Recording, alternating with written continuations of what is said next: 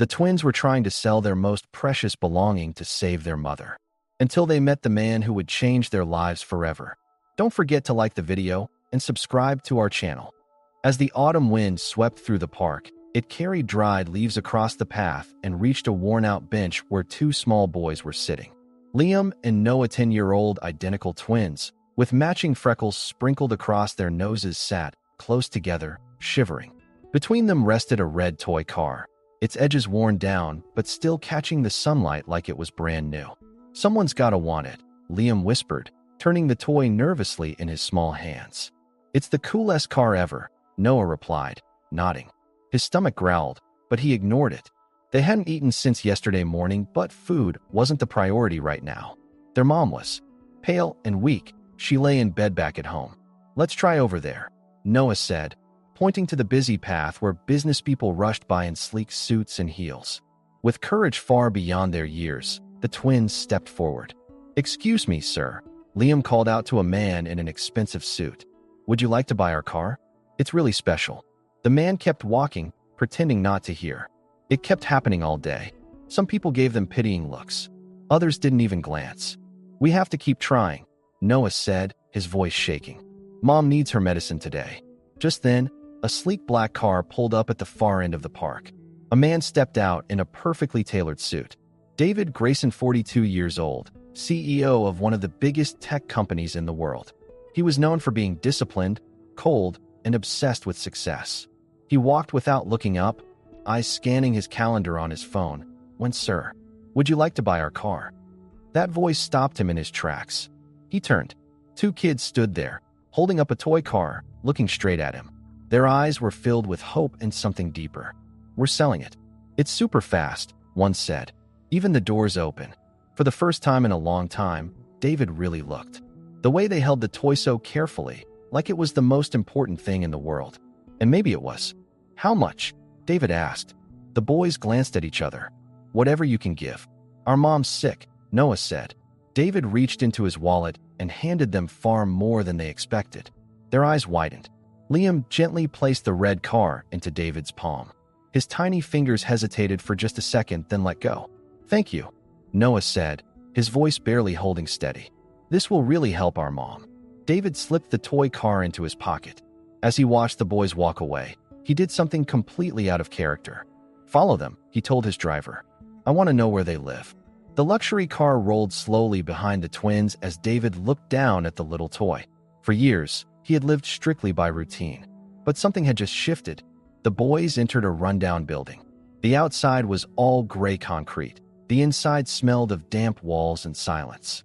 David climbed to the fourth floor and followed the faint sound of their voices. A door creaked open. Liam peeked out. "The man from the park," he shouted. The door swung wider. The twins looked up at him, unsure and nervous. Behind them, lying on the floor, was a pale, fragile woman. "May I come in?" David asked gently this time. The boys hesitated, then stepped aside. The apartment was spotless but empty. No hint of comfort or luxury. The woman's breathing was shallow. Her skin, almost gray. "Mom's sleeping," Noah whispered. David knelt beside her and touched her arm. She was burning up. "She needs a hospital." "Now," he said. "We don't have money," Liam said quietly. "That's why we were selling the car." David thought about that little red toy again. Then he looked at the woman and did something he hadn't done in years. He listened to his heart. "I'll take care of it," he said, firm and calm. "How will we pay you back?" Liam asked. "You already sold me your car," David said. "Now it's my turn." He picked Emma up in his arms. She had passed out. The boys rushed behind him. "Where are we going?" Noah asked. "To people who can help," David said, climbing into his car and calling his private doctor immediately. What none of them knew yet was this. That little red toy car wasn't just a trade. It was the key that would change everything. When the ER doors slid open, David Grayson was carrying an unconscious woman in his arms. The twins followed closely behind, their faces full of worry. In the hustle and bustle of the hospital, David's presence caught some attention, but no one said a word. His eyes were focused, his steps purposeful.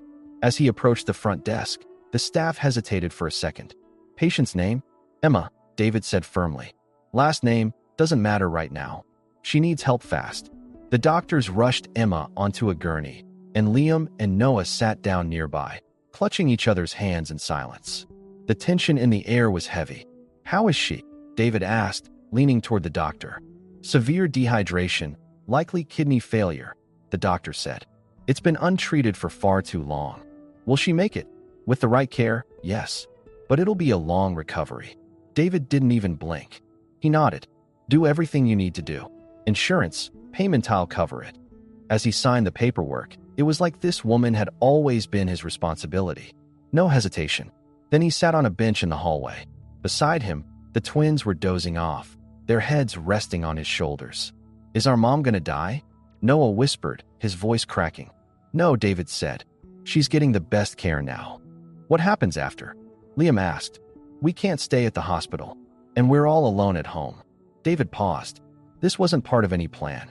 He was stepping out of his world of numbers and into something real, something messy and emotional. "You'll come with me," he said suddenly. "Until your mom gets better, you'll stay at my place." The twins looked at each other. "Is your house big?" David nodded slightly. "Big enough. More than enough for both of you." By morning, Emma was still unconscious but showing signs of improvement. The doctors were hopeful, though it would take time. When David's driver pulled up to his massive estate, the boys' eyes went wide. As they passed through the giant front doors, Liam whispered, "Do you really live here alone?" David hesitated. The silence of empty halls and echoing rooms flashed through his mind. "Not anymore," he said softly. "Now you're here too." The next morning, as sunlight streamed through the mansion's tall windows, the twins wandered the halls in quiet awe. Crystal chandeliers, winding staircases, endless rooms. "There's probably a pool here," Noah said. "Maybe 3, Liam replied. When David brought them down for breakfast, they looked a little more relaxed but still amazed. Mrs. Winters, the housekeeper, quietly laid out the table and treated the boys not like strangers, but as if she'd known them for years. After breakfast, they started exploring more of the house. When they approached a certain door, Mrs. Winters stopped them. "This room's always kept closed." "What's inside?" Liam asked. "It's not a place you should go," she said gently. Just then, David's voice cut through the hallway. "That room is private," he said firmly. "The rest of the house is yours. But not that one." "Understood." The twins nodded quickly. The stern look on David's face made them nervous. That afternoon, they visited the hospital. Emma had opened her eyes and weakly whispered, "My babies." Liam and Noah clung to her tightly. "Mr. Grayson took us to his house, Mom," Noah said. "It's huge. Like, really huge." Emma turned her eyes to David. They were filled with gratitude. "I don't know how to thank you." "You don't need to," David replied. "Just focus on getting better." That night, the mansion was quiet. But as David sat alone in his study, something inside him felt unsettled. That closed-off room, the one still locked, still full of memories. No one had stepped inside in years. It used to belong to his son, Thomas. He died in a car accident when he was 5, along with his mother. David had survived, but part of him had stayed locked inside that room ever since. He reached into his jacket pocket. The little red toy car was still there. A simple toy that had somehow torn down the walls he'd spent years building and cracked open the door to his heart. And for the first time, David Grayson really asked himself, maybe these kids don't need me. Maybe I need them. As the days went by, life slowly returned to the mansion. The once luxurious but cold house now echoed with the sound of children. The patter of little feet running down the halls, laughter ringing out from the kitchen, cheerful screams bouncing through the garden. David started waking up earlier than usual. The hours he once reserved strictly for reviewing meeting briefs were now spent standing quietly by the twins' bedroom door, listening. Their little conversations, their occasional bickering, their constant giggles, it had become the new soundtrack of the house. That morning, Liam appeared at the doorway of David's study. "Mr. David." David looked up from his laptop. "Can we see our mom today?" "We can go after lunch," David replied. "How's your room?" "You comfortable?" "It's awesome. Lucas found a chess set in the closet. Would you play with us?" David's fingers paused on the keyboard. "I used to play," he said. "Maybe I'll teach you sometime." Liam's face lit up. "Promise." David smiled. "Promise." That afternoon at the hospital, Emma looked noticeably better. Her cheeks had a bit of color, her eyes clearer. "I don't know how you did it," she said softly to David. "But this is the first time my boys have felt safe in a long time. Just focus on getting better, David said gently. We'll handle the rest later. As the twins eagerly told their mom all about their week, Emma's eyes drifted back to David. Do you have any children? She asked, surprisingly direct. David looked away. Not anymore, he said. I had a son once. Emma's expression changed. She didn't push. But before the silence grew too heavy, Lucas's voice brought them back to the moment. That evening during dinner, a loud crash interrupted the quiet meal. In the corner of the living room, an antique vase had fallen and shattered into pieces. Zach stood frozen, eyes wide with tears. I'm sorry. I was just looking at it. David walked over to the mess. There was a pause. Did you get hurt? He asked. Zach shook his head. Then it's fine, David said calmly. Mrs. Winters, could you please clean that up? Zach stared at him, stunned. You're not mad. David shrugged. It's just a vase. Things can be replaced. People can't. Later that night, the house was quiet, but David wasn't. He couldn't sleep. As he wandered the hallway, he heard a muffled sound from the twins' room. He opened the door just a crack. Lucas was awake, silent tears running down his cheeks. What's wrong? What if Mom doesn't get better? David sat on the edge of the bed. The doctors are doing a great job. She's already improving, you've seen it. Lucas clutched the blanket tighter. We were 5 when Dad died. Mom used to say not everyone comes back. I hated when she said that. David's heart clenched. That tiny body carried so much more than it ever should have. I'll do everything I can, he said quietly. She'll come back. I promise. As he closed the door and stepped back into the hallway, there was a deep ache in his chest. But it wasn't the pain of old grief, it was the fear of caring again. The next morning, Zach had a fever. He was weak all day. Catherine, the housekeeper, was worried, but David didn't hesitate. He immediately called his doctor. When a child is sick, the whole house seems to fall silent. Even by evening, David kept checking on him. At one point, when he walked in, he found Emma asleep on the armchair. Her face was pale but peaceful. David gently covered her with a blanket. Then he knelt beside Zach, checked his forehead.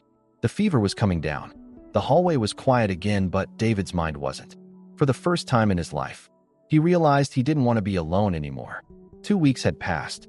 Emma was finally being discharged from the hospital. The doctors said she was well enough to continue her treatment at home. As David's car pulled up to the mansion, the twins sat in the back seat beside their mom, their eyes sparkling with excitement. Mom! The moment they stepped out, the boys wrapped their arms around her. Emma was still weak, but there was some color in her cheeks again and a hint of that old brightness in her eyes. David was waiting at the door. Welcome, he said simply but warmly. Emma looked up and, for the first time, really saw the house. This place. Please, David interrupted gently.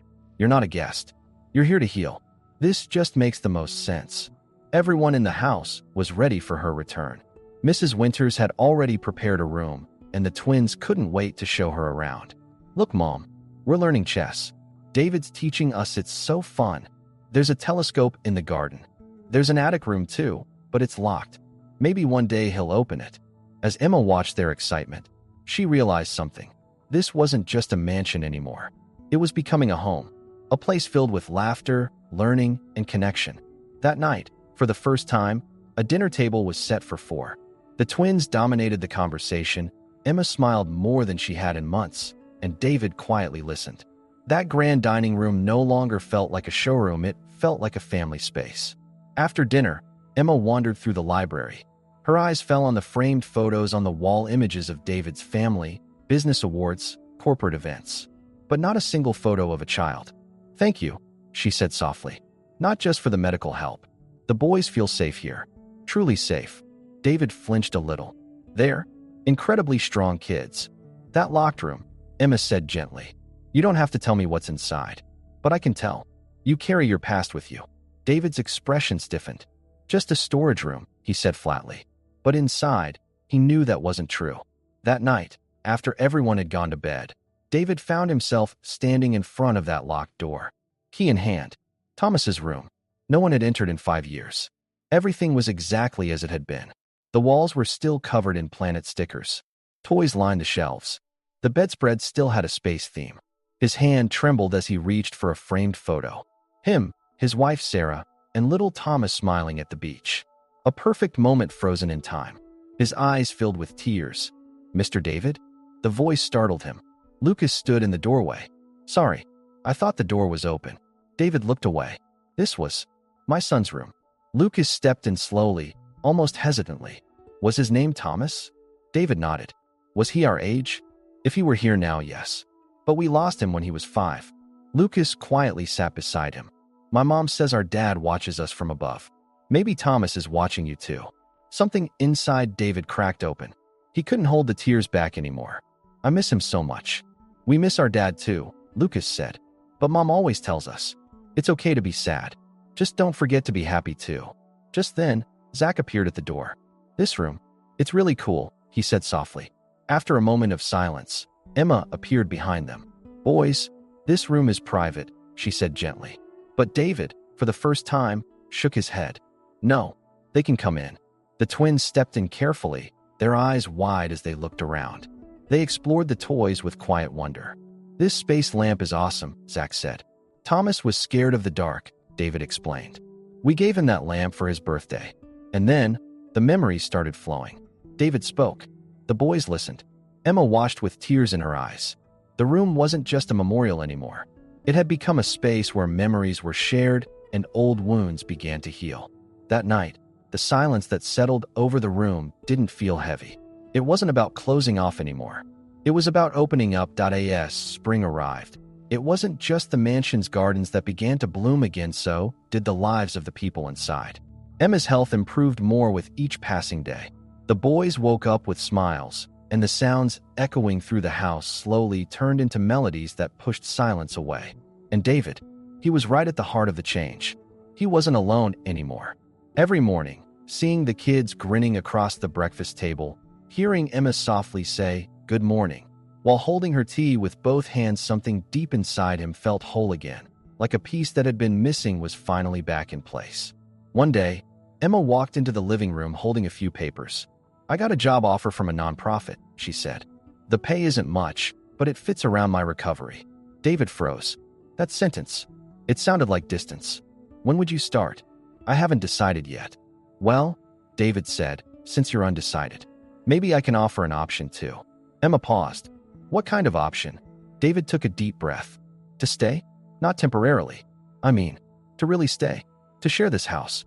To share life." The room went quiet. "I don't know what to say," Emma whispered. "I'm scared. Scared of giving the boys false hope. Scared of letting myself believe this is real."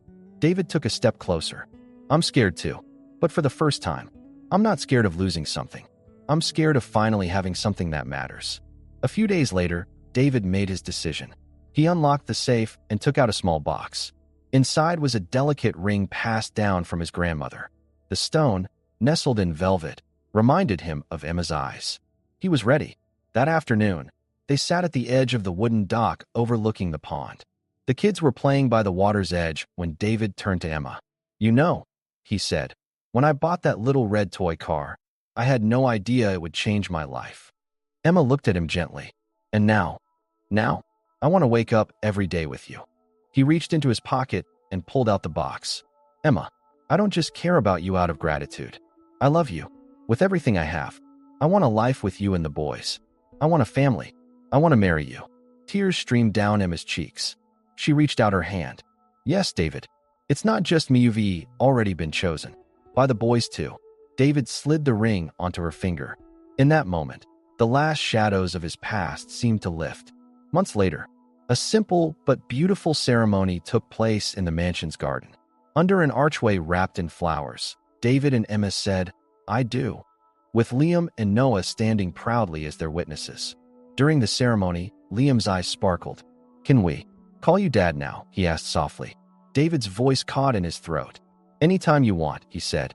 "It would be an honor." And just like that, a brand new family of 4 was complete. As the days went on, the house grew warmer. The hallways filled with crayon drawings.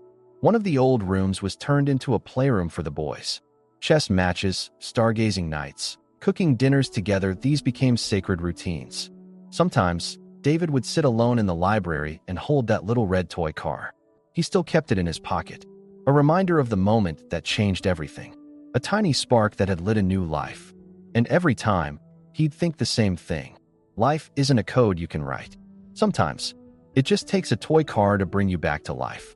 If this story touched your heart, don't forget to like the video and subscribe to our channel. We're here every day with new stories inspired by real lives that move and inspire you.